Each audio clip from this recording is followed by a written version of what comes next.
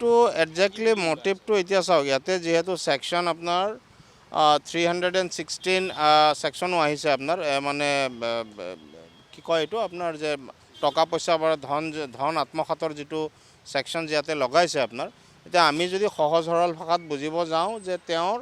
ধন চবে মিলি পেলাই আত্মসাত কৰিছিলে গতিকে সেই ধন ঘূৰাই বিচৰাৰ যিটো সম্ভাৱনা আছিলে গতিকে সেইটোৰ পৰা হাত সাৰিবৰ কাৰণে তেওঁক জানি বুজি বাহিৰত লৈ গৈ পেলাই নৰ্থ ইষ্ট ফেষ্টিভেলৰ নামত তেওঁক হত্যা কৰিছে বুলি এইটো বস্তুৱে মডাছ অপাৰেণ্ডিটোৱে এইটোৱে প্ৰজেক্ট কৰি আছে এক প্ৰকাৰৰ প্লেনিং এটা আছিল। প্লেনিং মানে কনস্পিৰেচিটোতো আছেই কাৰণ 61(2) যিটো লগাইছে আপোনাৰ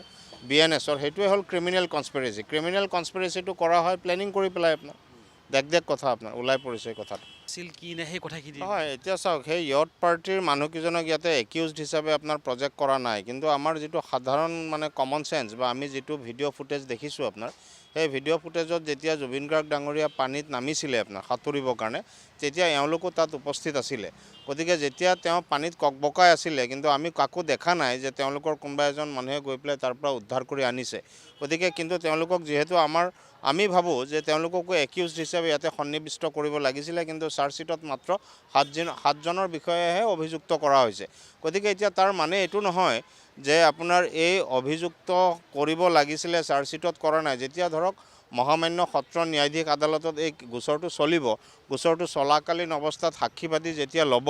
সাক্ষীবাদী লোৱা সময়তো যদি মহামান্য ন্যায়ালয়ে ভাবে যে এওঁলোককো দোষী মানে একিউজড হিচাপে ইনক্লুড কৰিব লাগিছিলে কৰা নাই তেতিয়াও আপোনাৰ তেওঁলোকক হেৰি কৰিব পাৰে মানে একিউজড হিচাপে কোৰ্টে ইনক্লুড কৰা পাৱাৰ কোৰ্টৰ পৰা আছে মানে সেইটো কি হয় আপোনাৰ ধৰক যদি ফাৰ্দাৰ ইনভেষ্টিগেশ্যন হয় তেতিয়াহে সেই ইছ্যুটো আহিব পাৰে